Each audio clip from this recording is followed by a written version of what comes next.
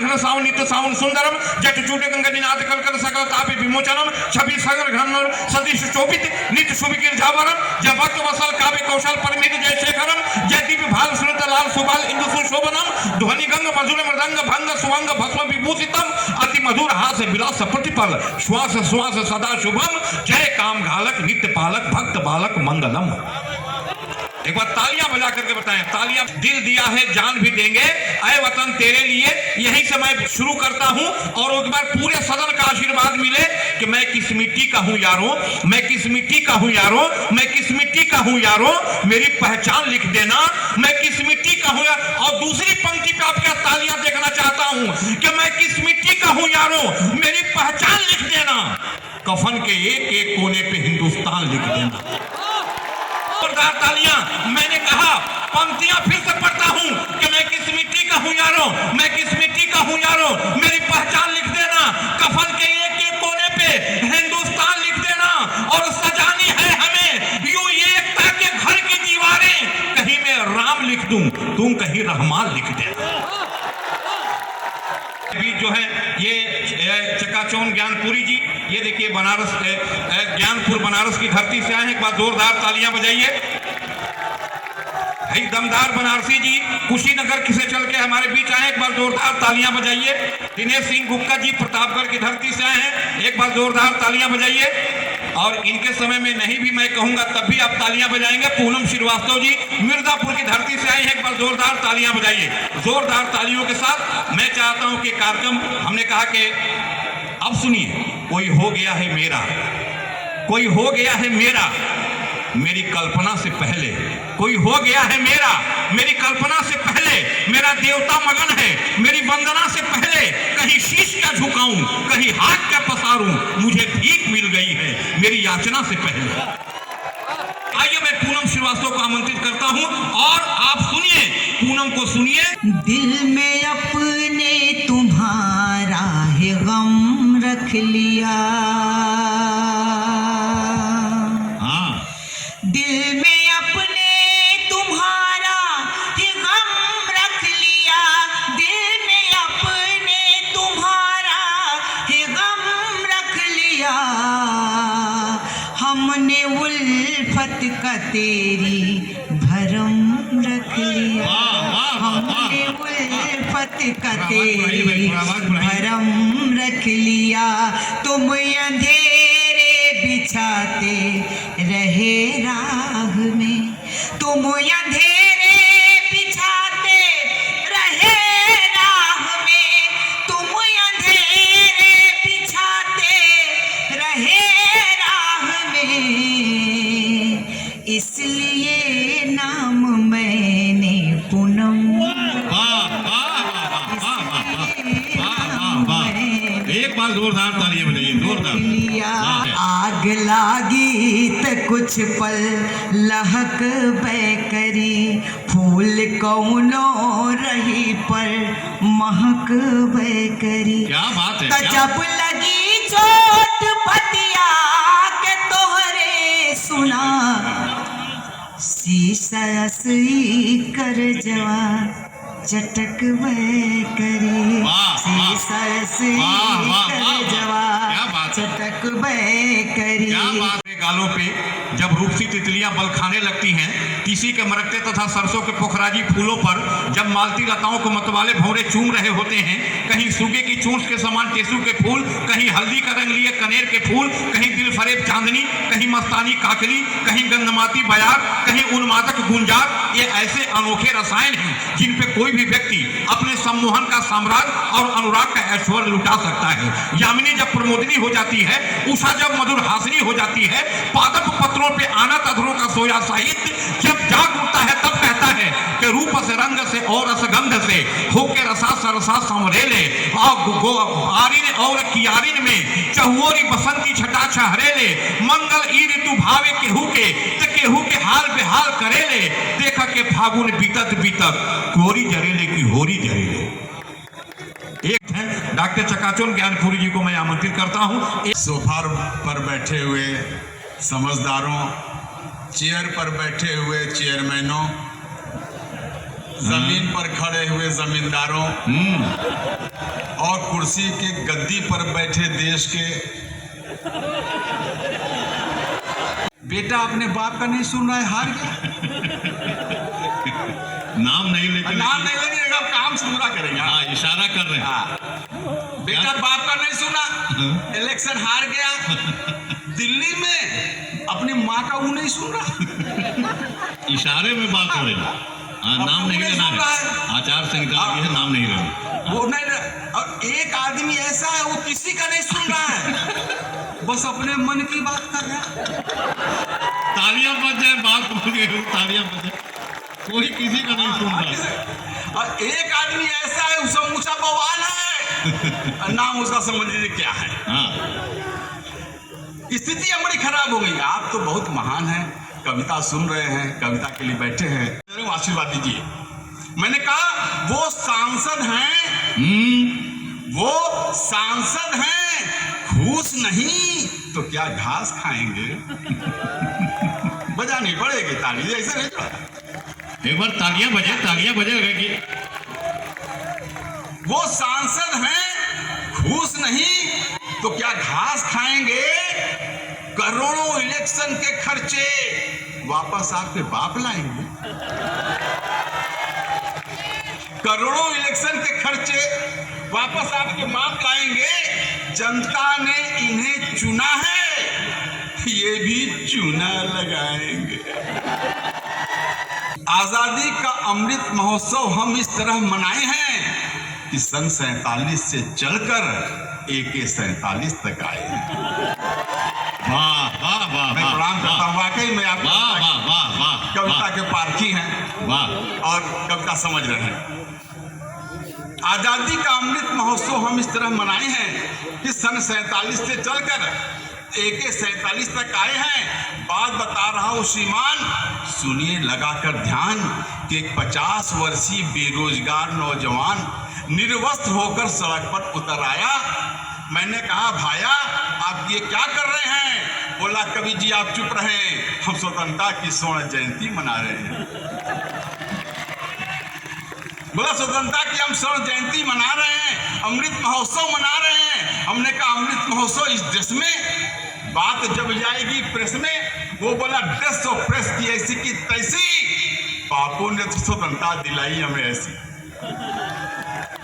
Dress of press की ऐसी की तैसी, बापू ने तो स्वतंत्रता दिलाई हमें ऐसी। बापू लंगोटी लगाए, अंग्रेजों को दिखाए, अंग्रेज शर्मदार थे भाग गए। अंग्रेज शर्मदार थे भाग गए, हमने तो आंखों की शर्म ही उतार दी। अरे बापू को देख नहीं पाए तो गोली मार दी। वाह वाह वाह वाह, बापू को देख नहीं पाए तो गोली मार दी। हम बापू के सच्चे अनुयायी हैं, बापू के सिद्धांतों को अपने जीवन में अपना रहे हैं। बापू ने चरखा चलाया, चरखा हम भी चला रहे हैं। च से चर देश को ही चल रहे हैं, खा से खा देश को ही खा रहे हैं। चर खा चर खा, जो जहां हैं वहीं अपना रहे हैं। स्वतंत्रता की हम इसी तरह स्वर्ण जयंती मना रहे हैं, रजत जयंती मना रहे हैं, अमृत महोत्सव मना रहे हैं। धन्यवाद। सांवली सी एक लड़की दूर खेतों में खड़ी, हाँकती है बकरियां जो हाथ में लेके छड़ी। पांव नंगे बाल मेले, खुरदुरी काली कमर और घुटनों तक चढ़ी है साड़ी उसके जिस्म पर। होंठ पे सुर्खी नहीं और आंख में काजल नहीं, उसकी अस्मत ढक सके इतना बड़ा आंचल नहीं। वो कोई रानी नहीं, शहजादी गुलशन नहीं, बाग की तितली नहीं, पनघट की वो दुल्हन नहीं। न तो शायर की गजल, न मुसविर का ख्याल, हुस्न शीरी भी नहीं, न तो हीर का अक्स जमाल। वो अजंता की झलक, न तो एलबरा का राज है, मिस्र की देवी कोई, न तो शाह की मुमताज है। नौजवान मासूम वो, डाली नहीं अंगूर की, वो भिखारन भी नहीं, लड़की है एक मजदूर की। मालूमियत की धूल है, वो छुपा सकती नहीं पर्दे में अपने आप को। साग रोटी रोज ले जाती है बूढ़े बाप को, बाप से जो घर से गया दिन भर कमाने के लिए, तोड़ता है रोज पत्थर 20 आने के लिए। बूढ़ी आंखों में अभी थी फिक्र रोटी दाल की, हो गई अब के बरस बेटी भी 16 साल की। खेत का टुकड़ा जो पिछले साल गिरवी चढ़ गया, बोझ बेटी की जवानी का भी दिल पे पड़ गया। खौफ और जिल्लत का धुआं सीने में जब भर जाएगा तो खांसते ही खांसते एक रोज वो मर जाएगा और बेटी मौत के साए में गुम हो जाएगी। या रईसों की तिलस्मी सेज पे सो जाएगी, या तो पागल होके आवारा फिरेगी दर बदर, या घरों से भीख लेगी हाथ रख के पेट पर। यह भी मुमकिन है कि वो घूंघट उठाकर बैठ जा, बांध ले घुघरू कहीं, कोठे सजाकर बैठ जा, क्योंकि चादरे गुर्बत यहाँ सीने कोई देगा नहीं। वो अगर चाहे भी तो जीने कोई देगा नहीं। इन भेड़ियों के शहर में मरियम वो बन सकी नहीं, जख्म तो बन जाएगी मरहम वो बन सकती नहीं। बढ़ती बिकती लुटती है, असमत यहाँ मशहूर है, अपने देश का सदियों से ये दस्तूर है। कविता है आंचल, आंचल उसका उन्माद है आंचल। आंचल क्या है? ये आंचल लाल पीला सूरमई है और धानी है, ये आंचल लाल पीला सूरमई है और धानी है, मगर इसके हर एक धागे में पोशीदा कहानी है। यही आंचल वो आंचल है कि जिसका नाम इज्जत है, यही आंचल के जिसके साए में महफूज औरत है, यही आंचल जो राखी बन के बनता है कलाई में, जो टूटे ना और रिश्ता जोड़ता है बहन और भाई में, यही आंचल के जिसको जोड़ के मेहंदी रचाते हैं, लगन मंडप पे दूल्हा और दुल्हन फेरे लगाते हैं, यही आंचल किसी मजलूम दोशीजा की चादर है, यही आंचल किसी जरदार का रंगीन बिस्तर है, यही आंचल जो माथे से जरा नीचे उतर जाए तो नारी शर्म वाली डूबकर पानी में मर जाए। यही आंचल जो माथे से जरा नीचे उतर जाए तो नारी शर्म वाली डूबकर पानी में मर जाए। इसी आंचल ने मरियम को कभी पाकीज़गी बख्शी, इसी आंचल ने बीबी फातिमा को बरतरी बख्शी, इसी आंचल में घर की बेटियां परवान करती हैं, इसी आंचल को सर पे डाल के कुरान पढ़ती हैं। कभी फैला के आंचल को दुआ भी मांगी जाती है, कभी इसमें भिकारन भीख की रोटी भी लाती है। इसी आंचल ने राधा के हृदय की जुस्तजू रख ली, इसी आंचल ने सीता की जहां में आबरू रख ली, इसी आंचल को दुशासन ने बेदर्दी से खींचा था, इसी आंचल को तारामती ने मरघट पे फाड़ा था। अगर मैला हुआ आंचल तो उजला हो नहीं सकता, जरा सा दाग लग जाए तो कोई धो नहीं सकता।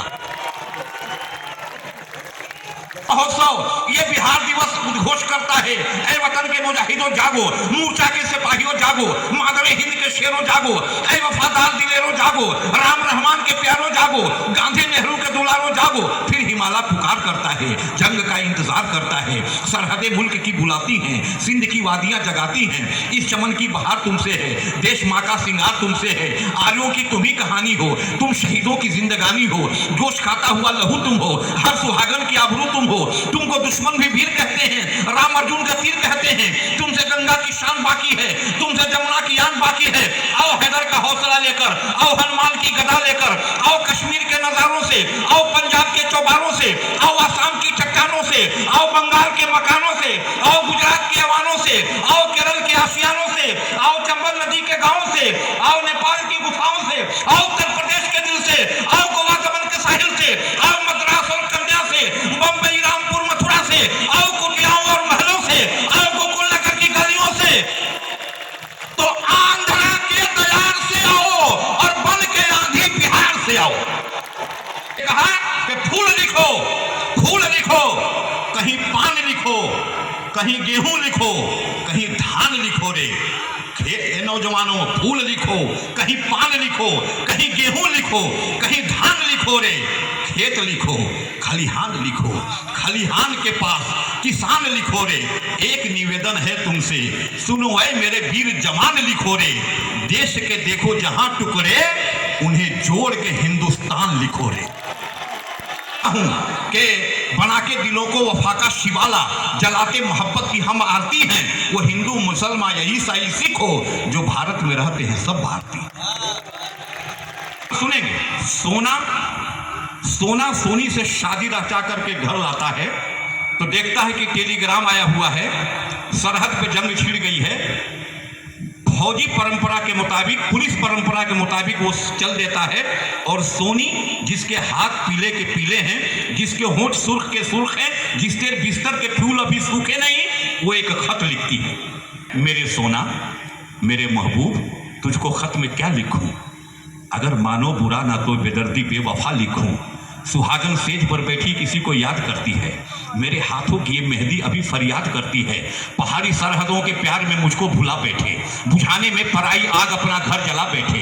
इधर आहों की तूफान है, उधर बंदूकें चलती हैं। जवानी शम्मा की मानिंद घुट घुट कर पिघलती है। इधर भी आंसुओं की लाश आंखों से निकलती है, उधर भी धरती जलती है, इधर भी मांग जलती है। तुम ही कुछ फैसला कर दो।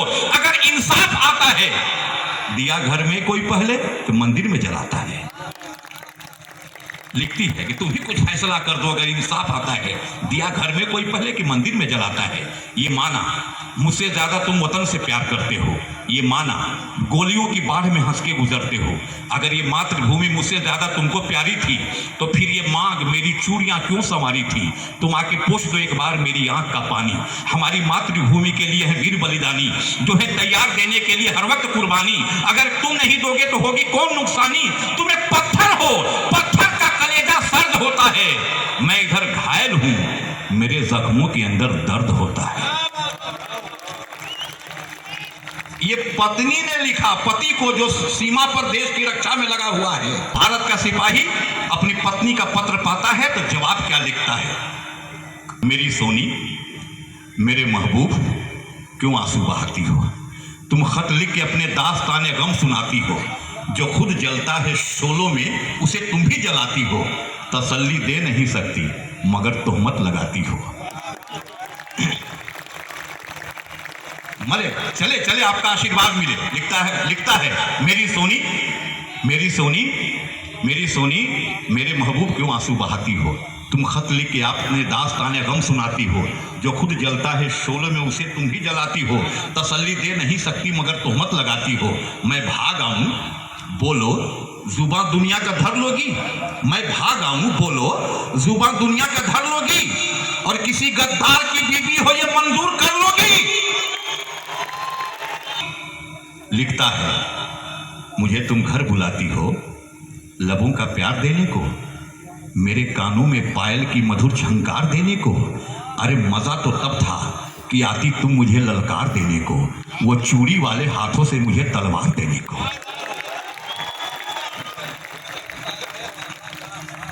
मैं धन्य हो गया जिलाधिकारी महोदय। तो प्रोफेसर गार्डनर ने कहा कि the state is a community of person more or less numbers permanently occupying a definite portion of territory position and organized government to which the great body of inhabitants render habitual obedience. देश हमारा पहले है, राज्य पहले है।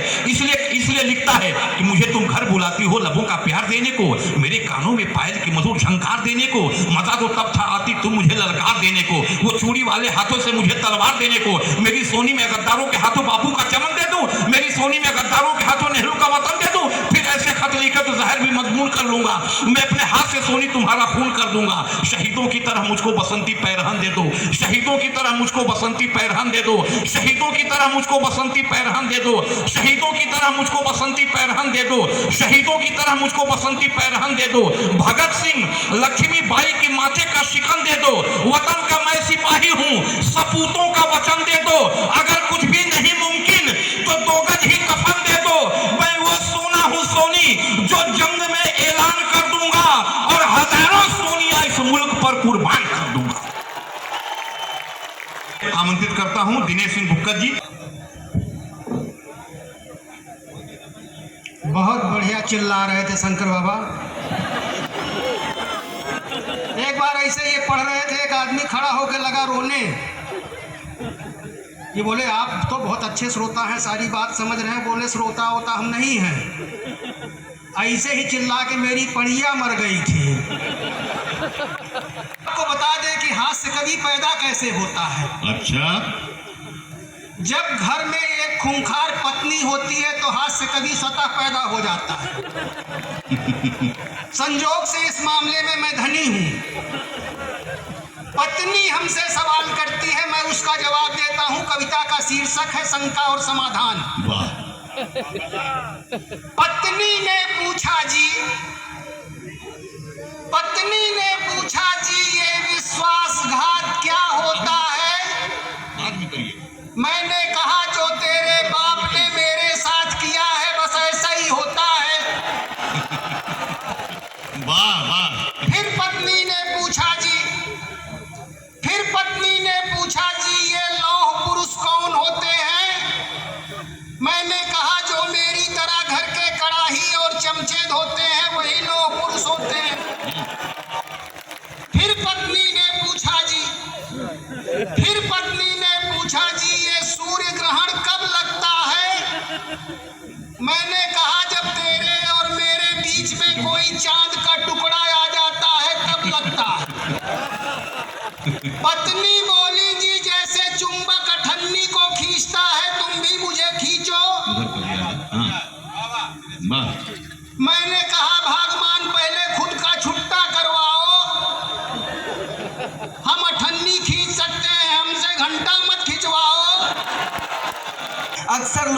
लंबे बालों के कारण जुओं की समस्या से त्रस्त होते हैं। यह अनुभव मुझे तब आया जब मेरे खुद के बाल लंबे हुए। अंतिम रचना के माध्यम से मैं अपनी बात संपन्न करके पूर्ण करके बैठना चाहता हूँ। इनके बाल देख करके तो पता ही नहीं चलता कि बारात आएगी कि बारात जाएगी। फटे हुए बेडौल कुर्ते पायजामे से लिपटा एक विचित्र व्यक्ति। फटे हुए बेडौल कुर्ते पायजामे से लिपटा एक विचित्र व्यक्ति जुओं से त्रस्त लोगों को दिलासा दिला रहा था। सड़क के किनारे खड़ा हो चिल्ला रहा था, हुजूर, भैया, बाबू, साहब, सेठ जी, माई बाप, कहाँ जा रहे हैं आप? हुजूर, भैया, बाबू, साहब, सेठ जी, माई बाप, कहाँ जा रहे हैं आप? तनिक मेरी बातों पर भी ध्यान दीजिए। परंपरागत तरीके से जुए मारने की रामबाण दवा सस्ते में लीजिए। हर आने जाने वाला शख्स उसकी रसीली बातों को ध्यान से सुनता, मुस्कुराता, फिर चला जाता। आखिरकार अमावस्या के रात से एक सुंदर महिला दवा बेचने वाले के पास आई। अपनी चमकदार रेशमी जुल्फों में हाथ फिरती वितराई, बोली, कितने पैसे हुए बताइए, एक पैकेट दवाई मुझे भी चाहिए। बहन जी, सिर्फ 150 रुपए में आपका झोटा संवर जाएगा, दवाई खत्म नहीं होगी, जुआ मर जाएगा। महिला ने खरीद ली दवाई, खुशी खुशी अपने घर आई। जैसे ही दवा का डब्बा खोला बस चकित रह गई। अपने ठग जाने का दंश चुपचाप सह गई। डब्बे से एक हथौड़ी, एक पत्थर और एक पर्ची निकली। डब्बे से एक हथौड़ी, एक पत्थर और एक पर्ची निकली, जिस पर लिखा था, अपने बालों की खूबसूरती को और निखारिए, अपने बालों की खूबसूरती को और निखारिए, जुओं को पकड़िए, पत्थर पे रखिए और हथौड़ी से मारिए।